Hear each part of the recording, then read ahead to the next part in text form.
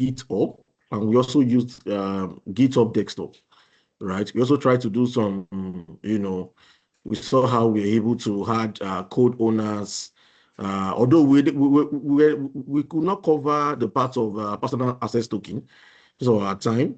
Well, I told you guys to read about Windows Credential Manager and the Git Credential Manager.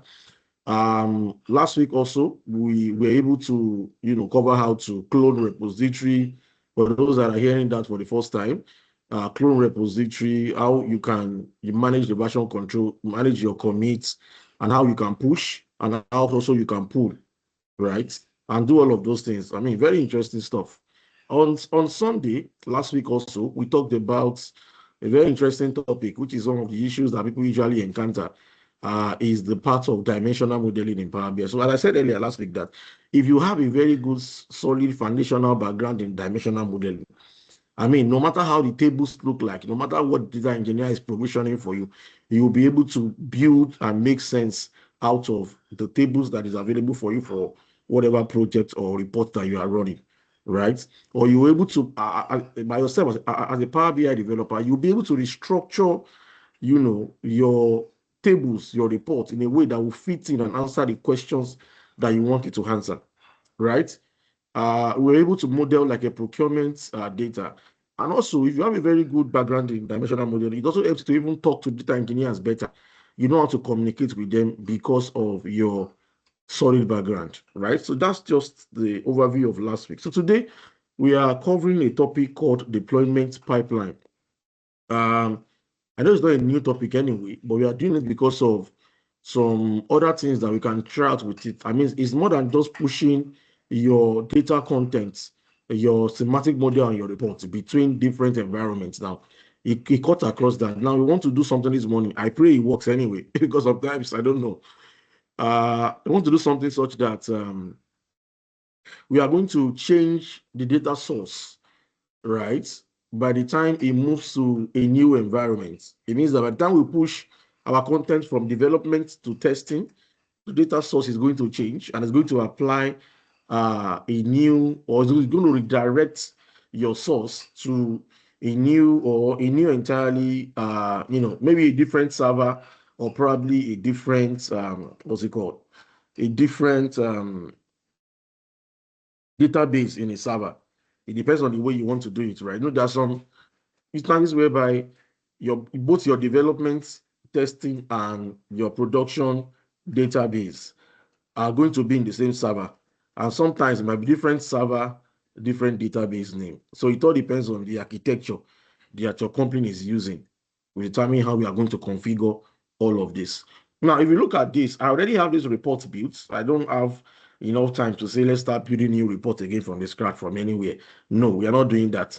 So I already have this Power BI file, and it has different pages of reports, blah, blah, blah, blah, blah, blah. And what we are doing this morning is that I will quickly show you something, which is a prerequisite for what we are about to do.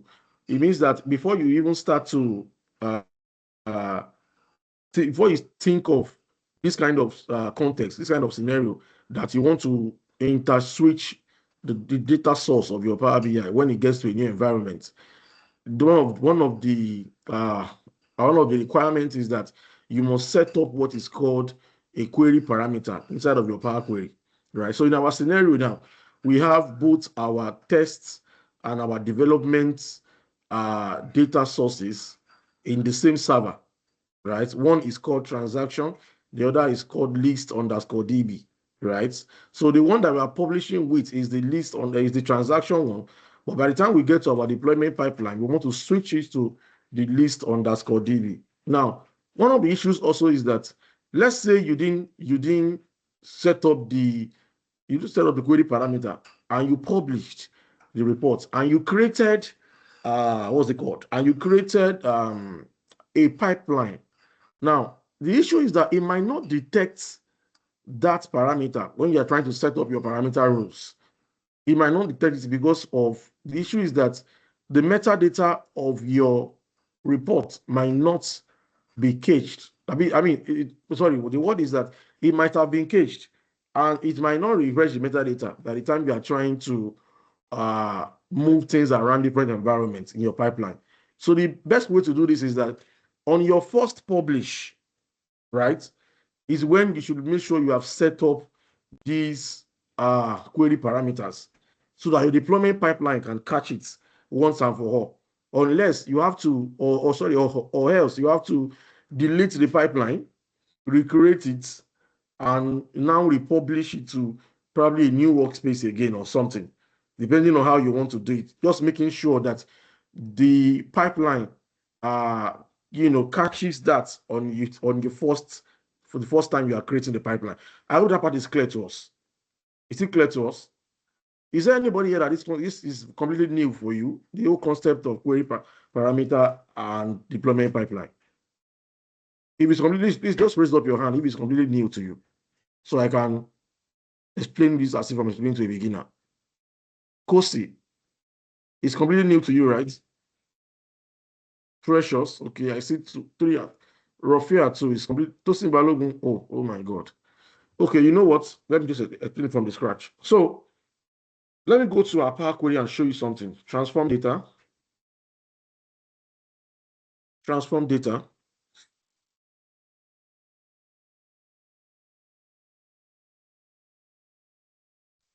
So let me use You're not sharing your entire screen. You're sharing just one page.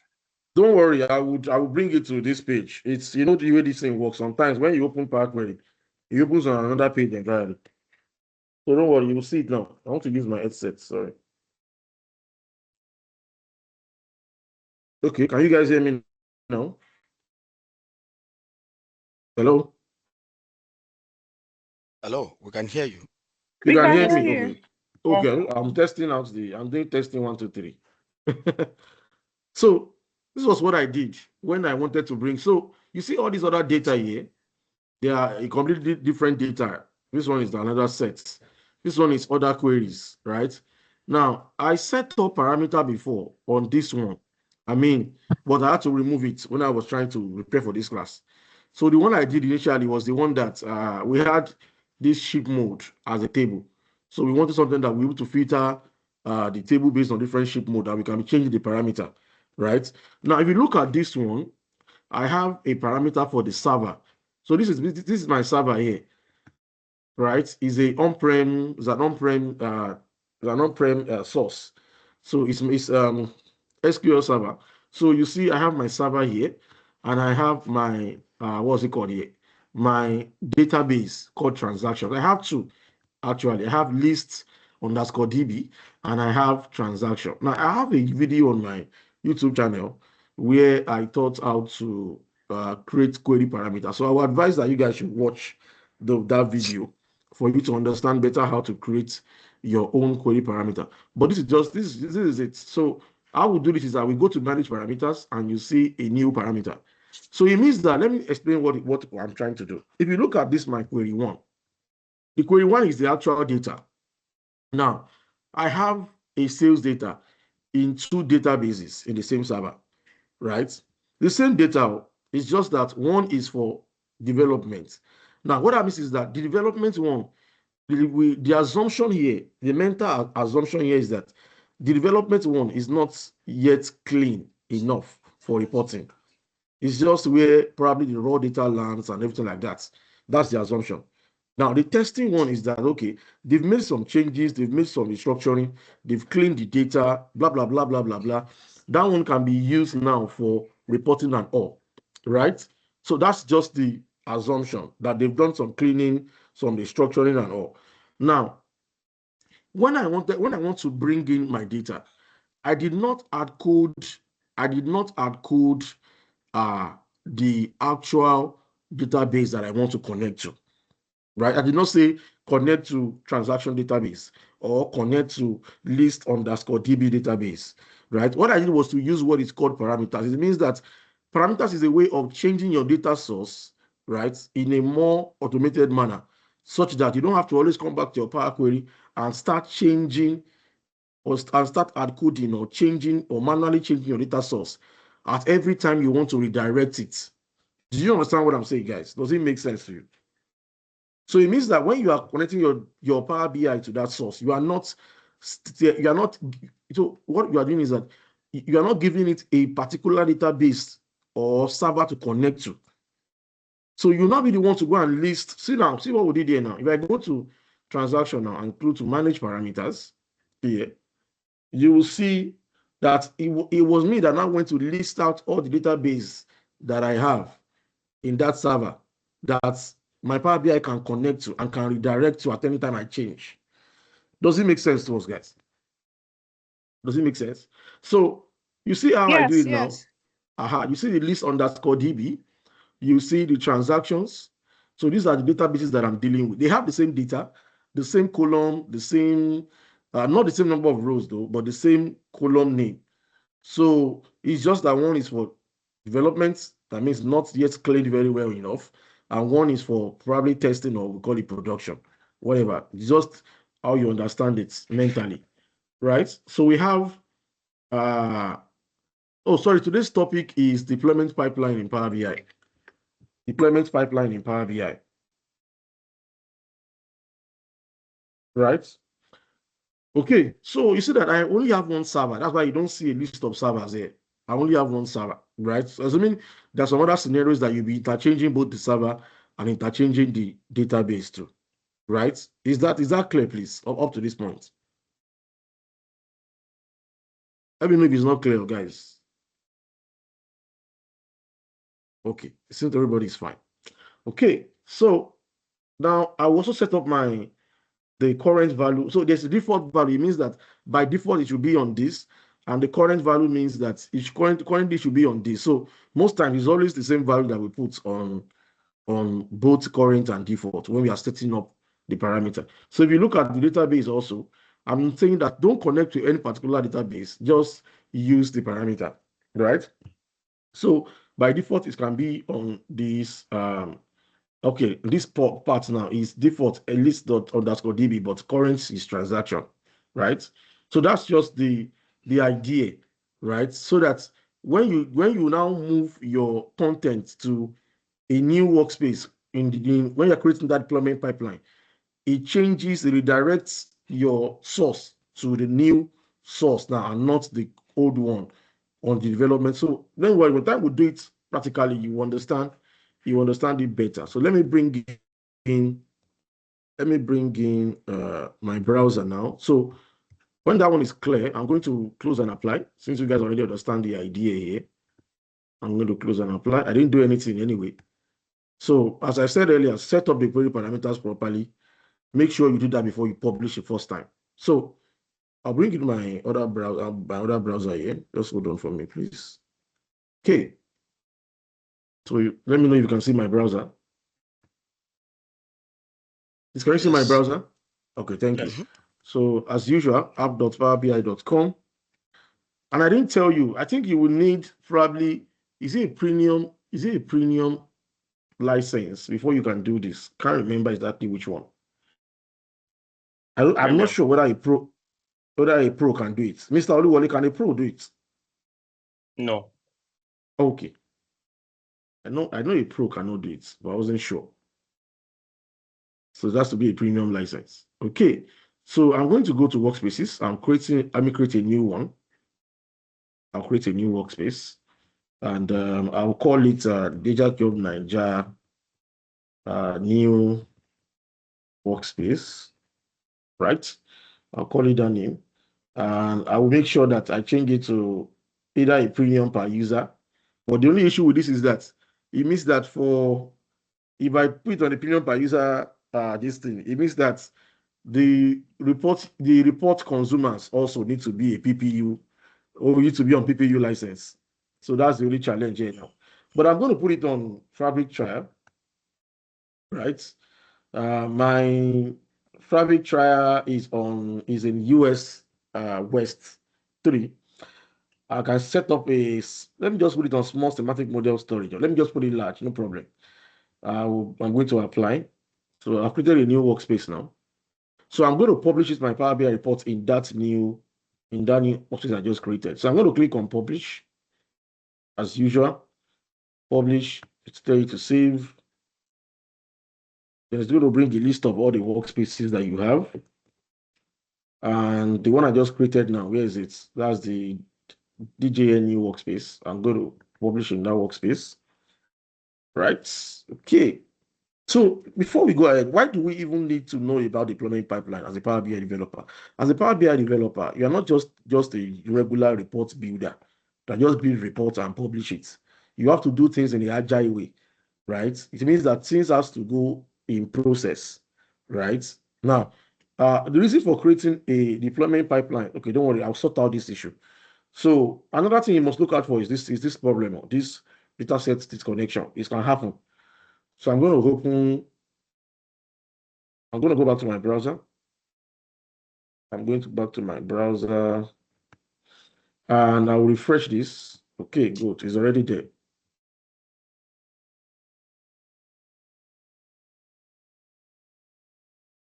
So I'm going to refresh this page. So before I even start doing that, let me just say what I want to say. So when you are developing stuff, you don't want your users to have access to the same environment that you are developing.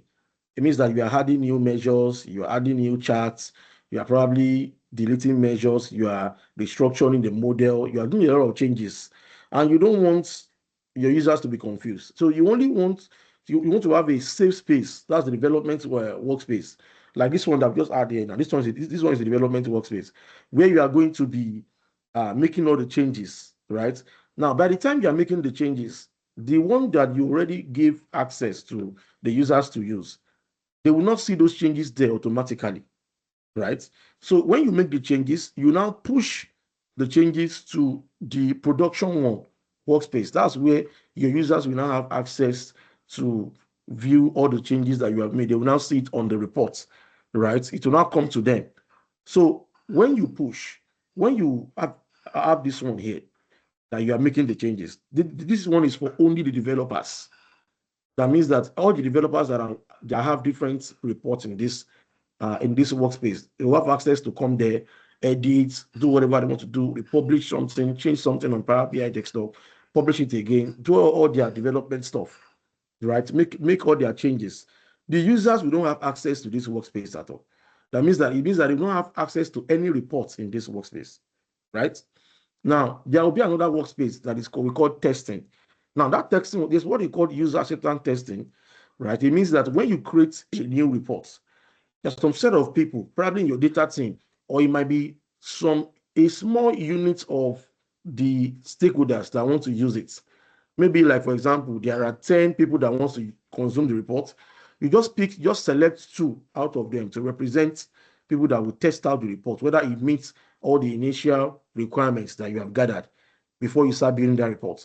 So the person, they will come, you will have moved the item, the content from the development workspace to the testing workspace. So they will come to the testing one, you will give them access to that workspace, and they will be able to look at the reports, click on each part, look at the user interface, look at your color, look at the numbers that is showing, making sure that everything is fine based on requirements, right? So it's not everybody that you have to that testing workspace, right?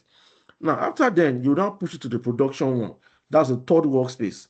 That's where the report consumers will now have access to the production reports. That means the one that is ready to go live. Is it clear, guys, up to this point? Any Yeah, question? for me, it's clear. So, Mr. Kayode, you are smiling. yeah, at least we understand that you are pushing these reports from one platform to the other, from development to testing, from testing to production, which is the live system. So, Yeah. Okay, so that's just the idea. Thank you. And what's the next thing I'm doing? Yeah, the next thing I'm doing now is that uh, I'm going to go to. So you see that he brought out an error. He said even though it was published, but that's what is disconnected, and I understand what happened. So when it happens like this, you go back to you go to your semantic model, these 3 dots here, and you find settings, right? You find your settings. Now you go to make sure that because my data source is on-prem, so you must make sure that you install a gateway. I know that this is not the first time you're hearing gateway, right? Anytime you have an on-prem data source, you need a gateway. A gateway is how will I even define a gateway like this? A Yeah, gateway is a that. gate, Okay, yeah, is continue, that, sir. yeah, a gateway is we can call it like a device now or a setting that connects two different networks together. Thank you. So it's the one that allows you to refresh your Power BI report, even though your source is on-prem SQL Server, without you needing to always come to your Power BI desktop to refresh manually, right? So when you do a scheduled refresh on your Power BI service, you want it to refresh in every 1 hour based on I don't know based on your license. It's premium. I think it's 48 in a day, right? Now, so I'm going to because sorry I didn't show you guys that part, but I'm supposed to show you. So when I published at first, this part wasn't connected, right? So I had to configure it by myself. So what did I do? You come to here, you click on add to gateway. If you click on add to gateway, it's going to tell you to input some things and to also authenticate credential. It means that for the SQL Server now, you can say Windows authentication, right? For it, it's because I did it already. That's why you're not seeing it. So let's say I want to do it again. If I click on this setting button now, it's take you somewhere to show you all your data connection. So this is the name of my on-prem gateway. I named it WFPG when I was installing the gateway, right? Now, you not just install the gateway. After installing the gateway also, you have to also sign in on that gateway. So I can show you my gateway now. If I click on gateway, data gateway, yeah. If I click on that, it should show me. Oh, why is it showing on my other screen, right? I'm not seeing anything. Aha. It's telling me that your gateway is already set up. But if you look at some of the settings I did, I can't see. There's no way I could see my sign in and everything. So after you've installed, you have to now sign in that gateway here. See this sign in here. You will sign in with the email that you're using for your Power BI. You will sign in and your gateway will now be active online. Okay. So if you look at all my connections here, you will see the SQL server I connected to, blah, blah, blah, blah, blah, blah. I can click on this one now and click on settings. You will see how I did the authentication, right? So I have to come here now, right, and set this one to Windows without impersonation. I can skip test connection, and I can say my privacy level is probably public but we are working on enterprise project anyway. You are going to pick this option. Organization is the one you are going to pick, right? Well, because it's a project, just the community stuff. So I'm going to pick public, and I'm going to click on save, right? I'm going to click on save, and that is done. So it will bring it like this for you too. So you have to sort out this authentication issue. Make sure that your connection is tested and I mean is good to go. It means that when you refresh or when you want to change your data source in your pipeline, there will not be any issues at all. I also have two on-prem source. These are, I think one is a CSV and one is an Excel file. If I can remember, okay, yeah, CSV here and Excel file here. So I already did the settings also. So if I come to settings, that's why you are seeing that. So authentication tool also is Windows. I can skip connection. I can make this one to also public, and I'm going to save, right? So if you pick the other option, this other option, you're gonna session now is going to probably tell you to sign in again, like probably sign in your account. So I'll do that same thing for this one also, right? Authentication is Windows. I can skip connection test, right? And I make it public and I save. So these are like the three sources that I'm dealing with in that my Power BI file, like in my Power BI reports. So this is sorted now. I can go back to these settings, gateway and cloud connection. So I'm now going to map it. It's what we call mapping. You now map it to those connection stuff that you have already sorted out, right? So this one is called SQL Server. This one is called File 1, and this one is called File 2. And I'm now going to apply. So your gateway connection issue has now been sorted, right? The next thing you do is to go to data source credential, and you also ensure that everything looks fine. Also on this side, also, right? Now, because we have parameters, right? If you go here now, you're going to see your parameters. I don't know why I'm not able to edit the parameter anyway, right? But if you come here, you see the parameter you've applied. So your current database is transaction, and your server is this server, right? Okay, so let's go back to our workspace. Now we already have this, no issue. The next thing we want to now do is to create the pipeline. So you come to your three dots here by your left, you will see deployment pipelines, right? So I'm going to click on that. I'm going to click on that. I already have one, so I'm creating a new one for this one anyway. I'm creating a new one. I click on new pipeline. So you call your pipeline and let's call it DJN, that's your Nigeria pipeline, right? You can give the description if you want to. That's optional anyway. I'll click on next. Right now, when you come to this, when you click on next, after naming your pipeline, the next thing you're going to see is this development, test, and production. That's what you will see by default. Now you can choose to. It's not everybody that usually have 3 stages. In some companies, they usually have, some can have 4 stages. Some can even call it development test, call another one final approval before it now gets to production. It all depends. I've seen cases whereby while building this pipeline, you only have just 2 environments, the development and just production. They don't have to have probably those are testing, will test inside the development one. I don't know, but it all depends on the company anyway, as I said earlier, and how they want to structure their pipeline will determine. So after this is done, the next thing I'll do, so if let's assume I want to add a new, I'll just click on this one here like this, and you can call that stage another name, right? Well, I don't need it. I just need these 3 alone. So 1, 2, 3, I'm fine. Then I'm going to click on continue, create and continue.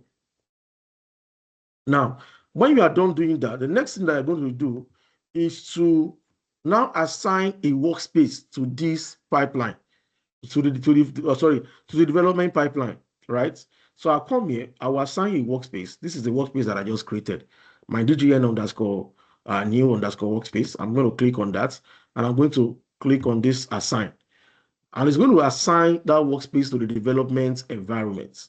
So what do I have in that workspace? Just my reports and just my semantic model. So the assumption, as I said earlier, is that this is where all the Power BI developers in the team are going to be probably publishing their reports, making their changes, editing their model, editing their table relationship, adding new measures, doing everything they need to do, right? At this point, you are not adding anybody to this workspace yet for them to view anything, right? So what you are doing probably is just that this is your development space. This is where the whole development work, will happen, right? Now, I'm not going to come to testing, and I'm going to push all my content from development to testing, right? So the testing is, the assumption here is that this is where testers are going to come and verify what you have done. They will look at the requirements. So there's what they call gap analysis. It means that if there's any gap between the initial requirements and what you have built, they'll be able to document that. And you, as the developer, you go back again to your development workspace, make the changes, and also push it back again to the testing workspace, or the testing environment, rather. So for this one, I'm not going to assign any workspace. What I'm going to do is just that I'm going to come in and deploy whatever I have. So you are seeing that when I click on the testing environment, it's telling me that I have these 2, the report and the the report and the model. I have these 2 coming from the development environment. So now, do I want to deploy these 2 to the testing workspace? Yes, I want to deploy, right? I'm ready to deploy now. So I'm going to click on deploy. I'm going to first check, make sure that what I want to deploy is being checked boxed here. Then I click on deploy, and it will now look at what it's telling me here. It's telling me that there's an option here, continue deployments in case one or more items fail. So this can happen sometimes when you are trying to deploy all your content from development to testing. It's possible that there might be a failure. So if you check this option, what it's just telling you is that you should, that even though maybe one or more item fail, is to still continue deploying your content to the testing workspace. Please, guys, is it clear up to this point? Is it clear to you? Before I go ahead. Yes, please. Kosi, Blessed, is it clear? Yes, sir. So I click on deploy. Please. Thank you. I click on deploy here, and it comes to the testing. So all the content has now moved. Now, when it's moved, what it will do is that it will create a new workspace for me with all the items in the first one. It moves everything to the new workspace. It will give it the same name, right? To give it the same name, but there are scenarios whereby you can create the workspace before you even start creating your deployment pipeline, right? And you're not going to assign the workspace to each of the environments. It depends on you. You're not going to assign the workspace to different environments, and probably the workspace that you created, the development one and testing one, will have nothing inside, but you can be pushing content around it, right? So you can do it either way. But if you did not do it like that before and you deploy, it's going to give you the same name for the original workspace and just put these tests in square brackets in front of as part of the naming convention. Is it clear to us, guys? It's to just put it like that. So I've pushed it now. It means that the testers will have access to this workspace now. If I go to workspace here now, you will see this workspace there. See it now, it's here. The testing is has now been created automatically when I deployed, right? Okay. Now, they can come here now. I mean, the testers can come here and they can now start looking at what you've done, blah, blah, blah, blah, blah, blah, right? Now, when I'm in testing, I also go to production. I go to production. Let's assume that they've tested everything. It looks good, blah, blah, blah, blah, blah, blah. I come to production also here. I also select what is coming from testing, right? And I also come here and deploy. So the same option is there for me in case one fails. Continue deployment. I click on deploy, and it moves to production. So this is where you are not going to give people access. But I know in the initial sense, even though they are your report consumers, you will not still give them access to the entire workspace. So what you will do is to create what we call Power BI app, and you will now create different audience, and they will now have access to different reports based on the audience they belong to, right? And on top of that, there will still be role level security on top of each of these reports to determine what each individual will see based on their role, right? Now, I will still explain this in connection to Git and version control. I will still explain that part. How, because when you are writing either your DP600 exam, for those that are writing it very soon, you might miss this question there. How deployment pipeline connects to Git integration and version control, right? So now I want to try out something. I pray it works. I said it earlier. If it doesn't work, we move on. I'll just explain. Now, when I was moving things from development, don't forget that the initial connection of my Power BI report is that it's connected to a server called ADMO/SQL Express, and the database is connected to is what is called transactions. I have two databases in my query parameters, right? I have two databases in my query parameters. Now, the next thing I'm going to do is that I want to change by the time it gets to, okay, you know what? Let's try this thing with production. Let's try with production. That by the time it gets to production, let the data source change. Let it switch to another database entirely. Let's see maybe whether it's going to work. So I'll come to this deployment. Yes, this logo here is called deployment rules. Deployment rules. There's another logo here called deployment history. So for this one, sorry, just for you to see who deployed last. You see the person that deployed. The account name will be here. You will see what they deployed, how many items they deployed. It comes to this plus here. You will see what they deployed. But that one is just to check your deployment history. Nothing much, right? Okay. So I come here. Now I'll come to production, and I'll click on the deployment rules. Now the only thing you see there is your schematic model, or what we call data sets in Power BI service. So I'm going to click on that. Oh my God, the parameter rules is not It's not there for me. I don't know why it's not working. Okay, so what you would just do, let me tell you what you would do when you're in production. What you would do is that you come to these parameter rules. I don't know why it's graded out for me anyway. You come to the parameter rules and you come here, click on it, and just change it from that transaction database and change it to the second List. database on the list underscore DB. You change it there. If you try to do it on data source rules and say add rule here, it will not. If you try to do it here, it will give you an error, and I will show you. It will give you an error here. So I want you to change to list underscore DB. It will tell me to do it inside parameter and not this data source rule. If I try to click on save, you will see it's going to give me an error. You see, data source rule can't contain a parameter. So let me explain that part to you. Now, data source rule and parameter rules are different. Now, parameter rules is for parameters. Data source rule is for probably, I have, let me delete this now. I'll click on add rule again. I have some Excel file that were my connection, like they are the source of some of the report I have, right? Now you see that it's on my OneDrive, my video folder, PL300 folder, blah blah blah. That's the part. If I click on that, let's say I now want to change the parts here. That there's another Excel file. Probably I don't know whatever it is that I'm doing. Probably that is like that's like the production file or something. It's an assumption. So I can come here and say, instead of referencing this file on this part, reference another file. It's the same structure, but in a different folder, right? Reference that one and refer to that one.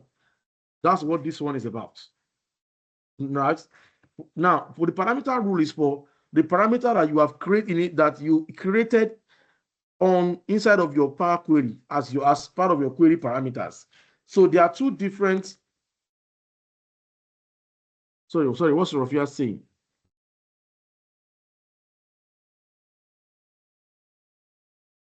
Parameter rule was easy to change because we have set up the query parameter before. Right? Yeah, exactly. Exactly. I don't know why this is not working anyway. The parameter rule is kind of graded out for me. I don't know why. Even though I sorted my connection issues, but I don't know why. Okay, so let's try something. Probably it's going to work. Let me. How am I going to put this one now? Let me come to my settings on this part and check out something, making sure that my connection is well done. Oh, when I move it to production, the settings for the gateway is not well done.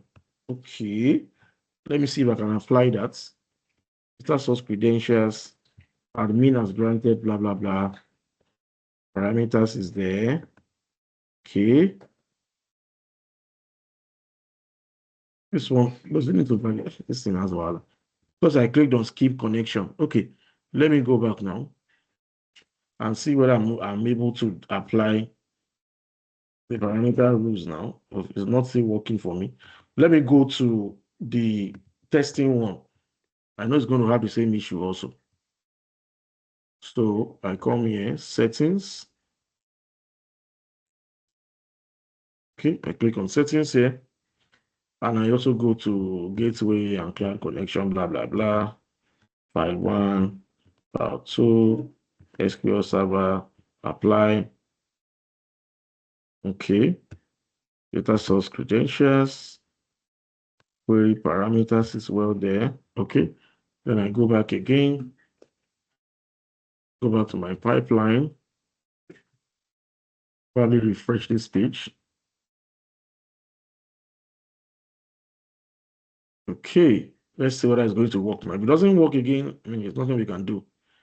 But it's just for you to have the idea. It's still graded out for me. Let me see. Let me check my development one to ensure that the connection settings is well done. Okay. Okay, everything looks good on this part. Better source credential. Me putting the credential validation on skip, can that be a problem? Let me go to settings here again. Okay, my connection. Let me click on my connections. Let me try this one. Settings. So this time I'm not going to skip connection again. Go to public, and I'm going to save. Let's see if it's going to work. Okay, good one. Let me go to this one again. One of the Excel file. I'll come here. I'm going to click on the skip connection this time around. And I'm going to click on save. Okay, I'll do the same thing for this last one also. Windows without personalization, public, save. Okay, let's now see if it's going to work now.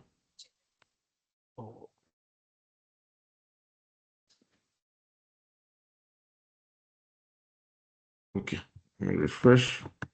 Access kìíní. Email ẹ̀ ló máa fún mi. Mr. Olajide, you're Máa studying grab also. mi. Sorry. So I'll come to testing again. Nothing to deploy anyway. But let me see here now. I don't know why it's not working anyway. Okay, but we can, let me check that I have the same thing done on this part also.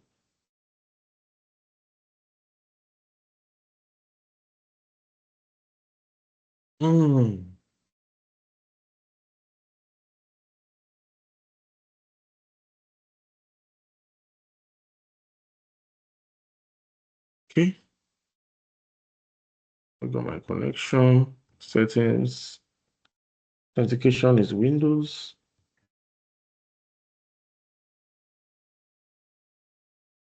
Save.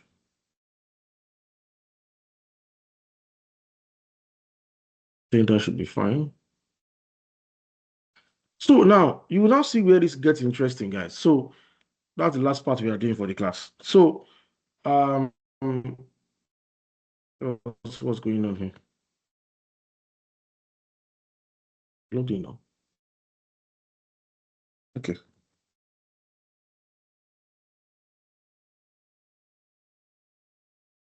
So I'll go back to my deployment pipeline.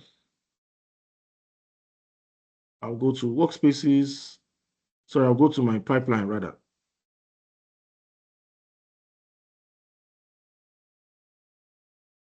Now, here's the good thing. I'm the developer, right? I click on this report. I'll edit something on the report. So probably I come here, I edit. Probably I delete this chart. And I come back here and I save it. Right? Okay, nice. So I've saved it. I go back. Now, you see, it's telling me that the testing environment is telling me that the two they don't have the same content now again. This development one, it is as it is. Now, testing is saying that no, there has been a change somewhere, right? There has been a change. Now, it's telling me that the reports in the source and the reports I have in the destination, which is the testing, they are different now because I made a change in development. So what do I need to do? I'll just click on that report. Now that changes wasn't a change to the model. It was just a change to the report. So you have to get that clear. If it was a change to the model, probably I deleted a table, I added a new measure, I edited my table relationship. That one is different. What you will see is that it will say different from source for the model. That part is clear, right? I'll now deploy only the one that I made change. Not deploying everything now, just the one I made a change. So it means that in the testing workspace too, they will be seeing, they also have a new, that the report will now be showing that I've deleted that particular card on my report page. And it's also telling me that pre-production one and the testing one too, they are not the same. I click on production, it's telling me that there's a difference based on what I did in development. And I'm not going to also click on that and also deploy that too. So it means that whenever you are making changes, it's only affecting the development workspace at that time. The people in production, the report consumers, they are not going to be seeing it yet. So it means that if there's an error, you can quickly resolve the error before you deploy it to testing and production. So it means that will not now affect those already viewing reports because you are making changes now. It should not be affecting them. No. Do you understand? You make all the changes in development, you move it to testing for those that want to test it out. Then you move it to production. And the production is where the report consumers are going to consume the report. Thank you very much, guys. Is there any question before we end the class for today? Any questions so far? Or any addition, rather, from your guys in the house? Well, Paul. for me. Okay, sorry, Mr. Lajide, go first. Then Paul. Okay. Yeah, for me, there's no addition, but I think there's a disconnect somewhere. So how do we marry this pipeline with the version control? Oh, okay, thank you. So now it's only in your development workspace that you are going to enable version control, not in testing and production. Because that is the place you are tracking changes, right? In your workspace. Aha, thank you, sir. That's the place you are tracking changes. So it's only in development that you need to enable Git integration. Not for testing, not for production. They don't need it because testing is just for them to test the report that is fine. Development is for them to consume. You're not making any changes in the production workspace. Even if you want to make change, even if they tested in tests and they have something to say, you still have to go back to development and make that change, not inside tests. Okay, so basically what you are saying is that our development will be connected to the Git. So but in this case, that means we don't need the GitHub because our repo is now this development now. Is the development, exactly. Okay. So let me show you how to connect to Git. So when you go to the actual workspace now, not on this development pipeline, you go to the actual workspace here, right? You are going to see where is it? You see workspace setting. Yeah, workspace setting, and you come to Git integration here, right? So you will see both GitHub and Azure DevOps, right? And you're going to connect to any of, I don't know where your repository is, but because I've not opened GitHub with this account before. That's why you see that this part is graded out for me. I can't click on the GitHub. But I already have an Azure DevOps account. I'm going to click on Azure DevOps, and I'm going to connect this to my Azure DevOps. It's going to ask me some questions. What organization, what's the name of the project name, and those things, and I'll sync it to it. And if I make any changes and I commit, I'll give my commit name. It is going to my Azure DevOps repo. Is that part clear, sir? So only in development is where we do Git integration. So once you do this and you made your commit and the governance person has approved and all of that, so it gets updated on the development. On development, yes. Okay. And also if somebody goes to the workspace, that is the repo directly too, and make a change, it will also sync into this one too. Oh, so that means you now have two locations where you can make changes, and it goes both to the development on the repo and both on the workspace. But I don't advise anybody to go to the repo and go and start making that change. Make your change here, let it deploy to the repo. Yeah. Okay. Yeah. Thank you. Thank you, sir. Paul, I saw your hand up the other time. Yeah. Good afternoon, everyone. Good afternoon, sir. Thanks so Good much for afternoon. the section. God bless you. So my question is a bit related to this, but it's not really to what was actually talked today. Sorry, We, sorry, before you go ahead, Paul. Isaiah, please share the attendance. Thank you. Go ahead, Paul. okay, so we always have an issue at work. So I don't know if you Okay, can help us with your expertise. okay. We do this Power BI gateway, but every time we seem to have to be internet connected for the Power BI report to actually refresh through the Power BI gateway. Though we have all the source on the SharePoint, which is Microsoft, and we are connected and all. But sometimes you notice that until we are internet connected before that report gets executed, or how will I put the Power BI gateway gets executed. Is it so for Power BI gateway, or is our own setup that is wrong? Because we are assuming that all things being equal, even though we are not online, even though the system is even shut down self, that the Power BI gateway should actually refresh the data and send the report link to our C-suite. But it's not actually so. We have to be internet connected before the Power BI gateway is executed. So I don't know if there is something you've experienced before, if there is a way around it, or if that is the norm or something. So that's my question. Thanks. Paul, you have really confused me. I swear. So No, what happened is if it doesn't your source refresh. is wait, if your source is SharePoint, SharePoint is an online source. Why do you need a Yes. gateway for a SharePoint data source? No, we link the Power BI to the SharePoint, but we don't want to come every time and be refreshing our Power BI report. I get So you. we So now use why Power do you BI need a gateway. gateway for SharePoint? That's the question. Yes, the reason is that our ERP is Oracle, so we have to extract from So that means Oracle your source is through Oracle this now Oracle agent, then and not export it to the SharePoint. SharePoint. So once new data comes in, That means your source is what do you say, sir? your source is is that your Oracle database and not But we SharePoint now. connected our Power BI to the SharePoint. But wait, does your Power BI report connect to both your SharePoint and the Oracle database? No, you're connected to the SharePoint. Just the SharePoint, right? Yes. Now, what I'm not saying is that if you are using SharePoint as your source, do you need a gateway? SharePoint is an online source. Do you need a gateway?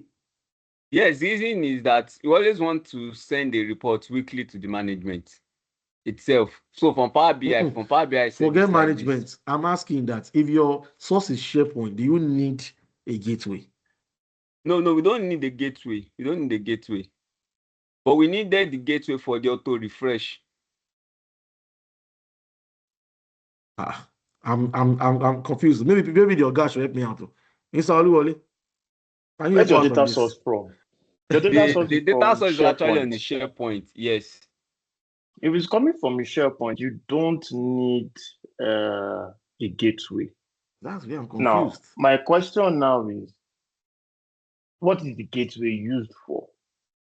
To refresh Exactly. the Power BI. So instead of we coming every Monday morning now to refresh now, the Power BI is what that refresh the report for us. Then send the report link to the management. I'm a bit confused. Wrong. I'm confused. Yeah, That's I don't get the question. So, I'm The confused. gateway ordinarily maybe is discuss after. for the data source. Now, unless you also use your Oracle as a data source into your Power BI reports, then you may require a gateway, provided that is also on-prem and there are security concerns. No, we have to export the Oracle data to CSV. Then from CSV, we now upload it on the SharePoint. Like a SharePoint folder. Okay, Yes, so yes. now We is have a your data SharePoint source site. a SharePoint folder in Yes. SharePoint or the Yes. SharePoint documents? It's No, a I think it's okay. a SharePoint It's a folder. CSV file inside the documents library on the Yes, so SharePoint. that means We that have what we have a doing is SharePoint that site for the department. so what you are doing is that you are like appending it, like when you drop a new CSV file and you refresh, it's for No, it to we append. just replace. We replace. You know, like it's a file existing already. So it Power BI will replaces. notify us, so replace. Yes. Yes, but the point here is that for the fact that it's even SharePoint is a cloud service, right? SharePoint is a cloud service. For the fact that it's a SharePoint, you don't need a gateway. That's where I'm really confused. But you know that the report will not auto refresh from Power BI desktop itself until you click refresh on Power BI. Of course, normal. That's what now that's what one Power BI gateway to be doing for us. No, you don't need a gateway. So far as the SharePoint, well, you don't need a gateway at all. SharePoint is an online source. Yes. When you've published it, you just go to your, let me show you. You know what I'm saying now. You just go to your schedule here. Go to your model here. Go to settings. Exactly what we did. So if it's failing, then probably that's a data issue now, not. So that one I'm not saying that must it be internet connected before it will work, or it doesn't need internet. No. But so far you do this your schedule refresh, and you set up your refresh interval. It's going to refresh. Okay, without even if they are not connected, Abby. No, of course it will refresh. It will refresh. No, yes. So if this SQL server can refresh even without you having to come to your laptop to do it, how much more a cloud source? You understand what I'm saying? Sir. Yeah, thank you, sir. I appreciate it, sir. Thank you, sir. Mr. Oluwole. Thank you, sir. Okay, any question again before we end the class? Any question? Okay, Chidima, is she here? Isaiah. Yes, she's here. I don't know if she's still here, but I know. Yes, Chidima, I'm here. here.